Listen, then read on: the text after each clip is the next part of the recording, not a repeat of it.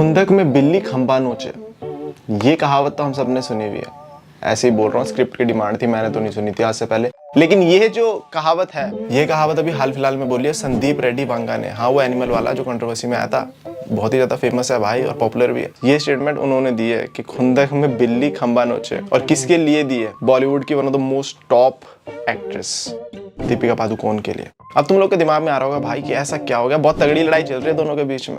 भाई दो खतरनाक लोगों के बीच में लड़ाई, वो भी बॉलीवुड से रिलेटेड, और मैं बीच में ना होता है ऐसे, मेरे को तो बड़ा अजीब सा लगने लगता है भाई। मेरे को तो बड़ा मजा आता है अपना ओपिनियन देने में। इस वीडियो के एंड तक मैं तुम्हें अच्छे से बता दूंगा क्या मसला चल रहा है दोनों के बीच में, एंड मेरा ओपिनियन क्या है, तुम लोग का ओपिनियन क्या है, सब कुछ डिस्कस करेंगे, बड़ा मजा आएगा। 25 मई 2025 को संदीप रेड्डी वांगा सर के जो ट्विटर अकाउंट है उससे एक पोस्ट जाती है, वही लिखते हैं बेसिकली दीपिका पादुकोण के लिए। और वो पोस्ट क्या थी पहले वो पढ़ लेते हैं। जब मैं किसी एक्टर को अपनी मूवी की स्क्रिप्ट सुनाता हूँ तो मैं उन पे 100% फेथ रखता हूँ कि वो कभी इन चीजों को लीक नहीं करेंगे, और अपने आप ही एनडीए यानी नॉन डिस्क्लोजर एग्रीमेंट हो जाती है एक्टर और मेरे बीच कि भाई कुछ भी हो जाए मैं इसे कहीं से कहीं तक लीक नहीं करूंगा। बिल्कुल सही चीज है। फिर आगे उन्होंने लिखा, लेकिन ऐसा करके तुमने ये डिस्क्लोज कर दिया कि तुम कैसी इंसान हो, अपने से यंगर एक्टर को नीचा दिखाना और मेरी कहानी को लीक करना, क्या ये तुम्हारा फेमिनिज्म है? एज अ फिल्म मेकर मैं अपनी क्राफ्ट के पीछे सालों की मेहनत लगाता हूँ और मेरे लिए फिल्म मेकिंग ही सब कुछ है। खैर, तुम्हें ये समझ नहीं और तुम ये समझोगे भी नहीं, तुम ये कभी समझ ही नहीं सकती। ऐसा करो अगली बार पूरी कहानी बोलना, क्योंकि मुझे जरा भी फर्क नहीं पड़ता। मुझे एक कहावत बहुत पसंद है, खुंदक में बिल्ली खंबा नोचे। खुंदक में बिल्ली खंबा नोचे। अब तुम्हारे को इस पूरे के पूरे मैसेज में बहुत सारी चीजें क्लियर सी नहीं हो रही होंगी कि यार ये किस यंगर एक्टर की बेइज्जती कर दी किसने, है ना, उसके कैरेक्टर को डिग्रेड कर दिया, या कौन सी कहानी की स्क्रिप्ट लीक कर दी। बहुत सारे तुम्हारे सवाल आ रहे होंगे दिमाग में, तो मैं तुम्हें बताता हूँ क्या है पूरा का पूरा मैटर। तो हुआ ये, अभी हमारे जो वांगा साहब हैं उनकी फिल्म आने वाली है एक स्पिरिट, जिसमें मेन लीड थे प्रभास सर और फीमेल लीड में दीपिका को कास्ट करने वाले थे वांगा साहब। लेकिन कुछ दिनों बाद ये खबर आई कि जो वांगा साहब की फिल्म है उसमें अब दीपू पार्ट नहीं है उसका मेन लीड। क्यों? क्योंकि उनकी बहुत सारी अनप्रोफेशनल सी कुछ डिमांड्स थी, जैसे कि 20 करोड़ चार्ज करूंगी मैं, 6 घंटे से ज्यादा सेट पर मैं काम नहीं करूंगी, अगर फिल्म की शूटिंग 100 दिन से ज्यादा चल जाती है तो पर डे के हिसाब से पैसा लूंगी मैं, तेलुगु में डब नहीं करूंगी, सिर्फ हिंदी में शूट एंड डब करूंगी मैं। अब देखो इसमें कोई दिक्कत नहीं है अकॉर्डिंग टू मी, सारों पे बात करेंगे कि अपनी अपनी डिमांड है भाई, लड़की ने डिमांडें रख दी। लेकिन वांगा साहब और उनकी प्रोडक्शन टीम को लगा कि नहीं यार, इतने सारे टेंट्रम्स तो नहीं झेल सकते, ऊपर से भैया 20 करोड़, हमारा तो बजट भी नहीं है इतना। पहले ही प्रभास ने मुंह फाड़ रखा होगा, ऊपर से अब दीपू को भी दे, है ना। तो उन्होंने को लगा नहीं, दीपू की डिमांड्स इतनी, वैसे भी टेंट्रम्स भी बहुत ज्यादा कर रहे हैं, 6 घंटे से ज्यादा नहीं है वो, तो उसने कहा नहीं छोड़ो आप जाओ, हम किसी दूसरी को कास्ट करते हैं। अब वांगा साहब ने रिप्लेसमेंट में तृप्ति डिमरी को, जो कि एक काफी अमर्जिंग फेस है भाई, हिट पे हिट दे रहे हैं, तो उनको कास्ट कर लिया, जो कि सिर्फ 4 करोड़ में हो गई। कहाँ 20 करोड़ और कहाँ 4 करोड़ में तृप्ति डिमरी आ चुकी है, और कोई टेंट्रम्स भी नहीं, हर शर्तें मान ली तृप्ति ने, क्योंकि भैया अभी दीपू जितनी बड़ी तो है नहीं, वो यंग स्टार है, धीरे धीरे बड़ी हो रही है, तो इतने बड़े प्रभास के साथ दिखेगी तो कम में भी काम करेगी, ऐसा ही होता है। तो उन्होंने हाँ कह दी। ये सारी की सारी कंट्रोवर्सी पैसे की है भाई साहब, दीपू ज्यादा मांग रही है, वांगा साहब दे नहीं पा रहे, तृप्ति डिमरी में हमने कम में कर लिया।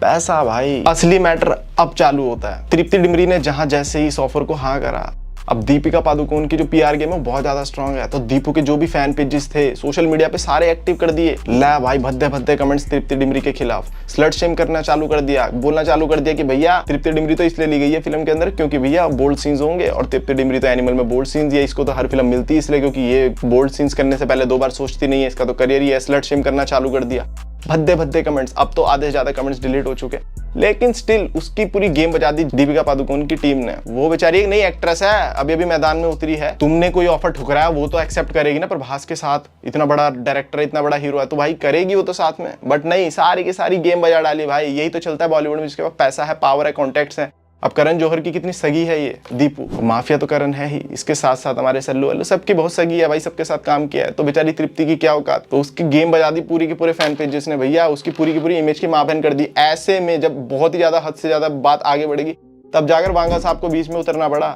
यार ये तो बहुत ही गलत बात है यार। एक तो मैंने ट्रस्ट करके दीपू को फिल्म की स्टोरी सुनाई, ऑब्वियसली बात है जब डायरेक्टर और एक्टर के बीच बातचीत होती है कि यार मैं तेरे को फाइनलाइज कर रहा हूँ इस रोल के लिए, तो एक रूम में बैठ के स्क्रिप्ट वगैरह बताता है डायरेक्टर। अब वहां पर कोई एग्रीमेंट वगैरह थोड़ी कि स्क्रिप्ट पढ़े ले, नहीं, वो ऐसा ही होता है कि मुंह जवानी ट्रस्ट है यार, ये फिल्म कर रहा हूँ, तेरे को लीड लेने की सोच रहा हूँ, ये स्टोरी है। अब वो एक्टर या एक्ट्रेस बाहर जाकर अपना मुंह खोल दे मीडिया में, तो यार डायरेक्टर की तो तुम सोच भी नहीं सकते हो। 10 साल तक तो वो लिखते ही रहते हैं, वर्स्ट सिनेरियो में 2 साल 1 साल तो स्क्रिप्ट ही लिखते हैं। वो मूवी आने से पहले लीक कर दी, क्यों? क्योंकि भैया ईगो हर्ट हो गया, जो कि बहुत गलत बात है दीपू, बहुत गलत बात है दीपू। अच्छी एक्ट्रेस है तो क्या हुआ, लेकिन बहुत गलत बात है। क्यों किया तूने ये? 2 गलतियां, एक तो एक डायरेक्टर की नहीं बन रही तुम दोनों की तो उसने तुझे फिल्म से हटा दे, क्या दिक्कत है? तुम दोनों की नहीं बन पा रही थी ना बॉन्डिंग, नहीं दे सकता था उतने पैसे। एक तो एक बेचारी टैलेंटेड एक्ट्रेस की इमेज की माफिन कर रहे हो, ऊपर से एक डायरेक्टर की मेहनत की माफिन कर रहे हो। अब बात कर लेते हैं पे गैप कंट्रोवर्सी पे। इतना ही नहीं, दीपिका के फैन पेजेस हैं तो अब एक वॉर सी चल रही है इंटरनेट के ऊपर कि दीपू ने अगर डिमांड कर लिया भैया 20 से 40 करोड़ की तो इसमें क्या बुराई है?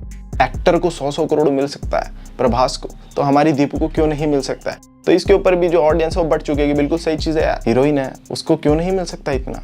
तो उस पे दीपू का क्या कहना है, पहले तुम वो देख लेते हैं। And of course the pay, which is again something that I'd like to speak for myself and say that for myself, I think I've been able to bridge that gap in terms of what my male contemporaries are getting versus what I'm getting paid. There was a recent incident where a director offered us a film and said, creatively I liked it.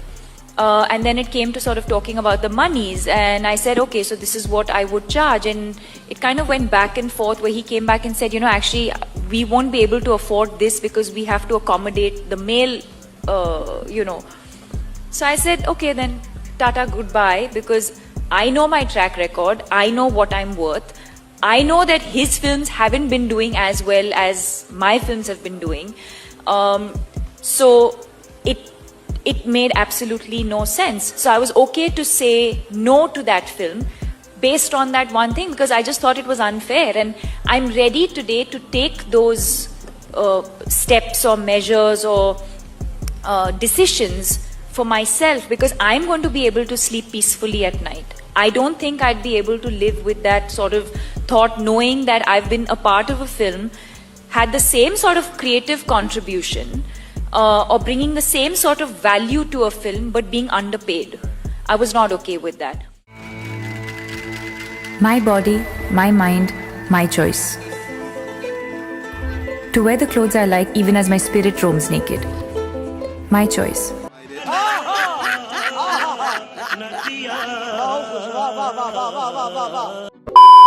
साल 2009 एक बहुत ही ज्यादा बड़े famous couple का हो जाता है breakup.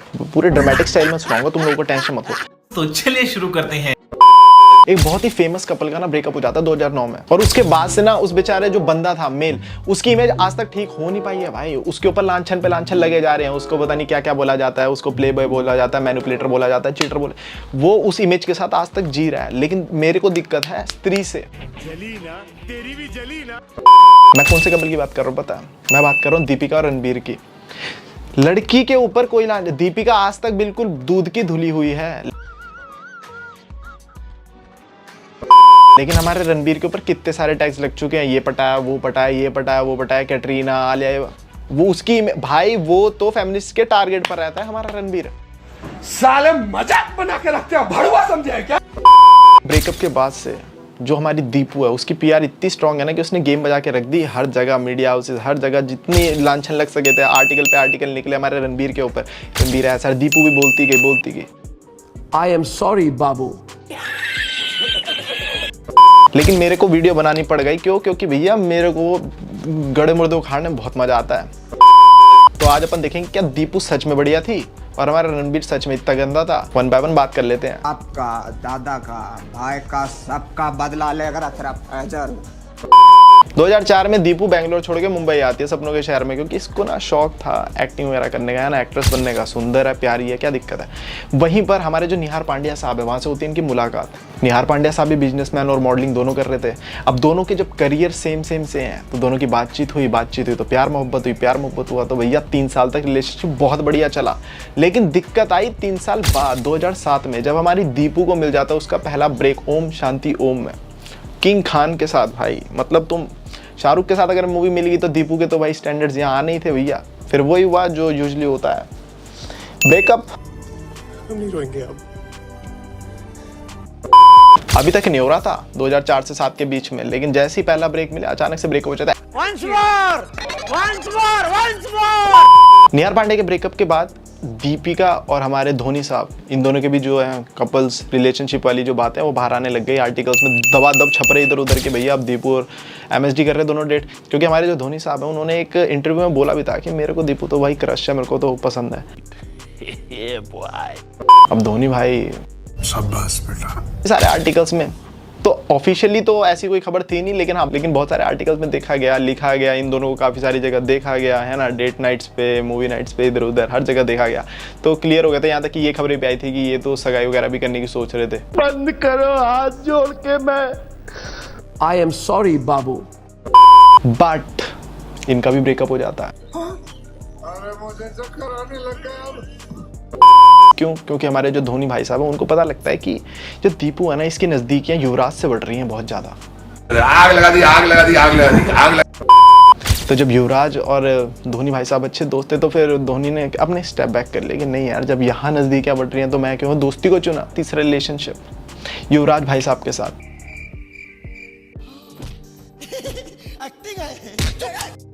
Starting में दीपू और युवराज अच्छे दोस्त थे, बट वो ये ना, देन अगेन दोनों साथ में दिख रहे हो भाई, हर जगह जा रहे हो, घूम रहे हो, फिर मूवीज में, पार्टीज में, खाना पीना, कैफे से बाहर निकल रहे हो, तो इट्स क्लियर कि दोनों रिलेशनशिप में थे। उठा ले रे देवा, उठा ले रे बाबा। क्योंकि दीपिका पादुकोण को ना युवराज को चीयर करते हुए भी बहुत बार देखा गया था भाई साहब स्टेडियम में, कल ही चीखे जा रहे हो, और इतना चीखती स्त्री सिर्फ अपने पसंदीदा मर्द के लिए है, वो भी स्टार्टिंग के कुछ दिनों में। पता है ब्रेकअप तो होना ही है, आजकल का टाइम ही ऐसा चल रहा है। अच्छा, लेकिन अगेन हमारी दीपू का रिलेशनशिप में तो हार्ट टाइट ही रहा है। युवराज के साथ भी काफी कम टाइम तक ही चल पाया और ब्रेकअप हो गया। और फिर मीडिया में ये बातें आई और दीपू ने खुद बोला कि युवराज का और मेरा इसलिए ब्रेकअप हो गया क्योंकि वो बहुत पॉजेसिव हो गया था, वो पॉजेसिव हो गया था और मेरे काम में बहुत ज़्यादा इंटरफेयर करने लग गया था, इन्वेट करने लग गया था, इस वजह से ना बहुत ज़्यादा मैस क्रिएट हो रहा था, दैट्स वाई मैंने कर लिया इसके साथ ब्रेकअप। लेकिन ये जो बात थी, ये तो दीपू अपनी साइड की स्टोरी सुनाती रहती है ना हमेशा। युवराज भैया ने क्या बताया, युवी ने बताया कि बात ऐसी है, मैं तो ऐसा वैसा हूँ भी नहीं, दिक्कत ये है कि इसकी और रणबीर कपूर की जो है क्लोजनेस बढ़ती जा रही है, जिसकी वजह से इसने मुझे छोड़ दिया है। ये सारी की सारी गेम ना दीपू की एक साल में हुई है। 2007 में निहार से ब्रेकअप, फिर हमारे धोनी भैया से पैचअप, फिर धोनी भैया से ब्रेकअप, फिर आ जाते हैं यू भैया से पैचअप, फिर यू भैया से ब्रेकअप, रणबीर कपूर से भैया मेट्रो भी इतनी जल्दी स्पीड से नहीं आती है जितनी स्पीड से भैया लौंडे आए हैं दीपू की लाइफ में। एक साल के अंदर अंदर इतनी गेम।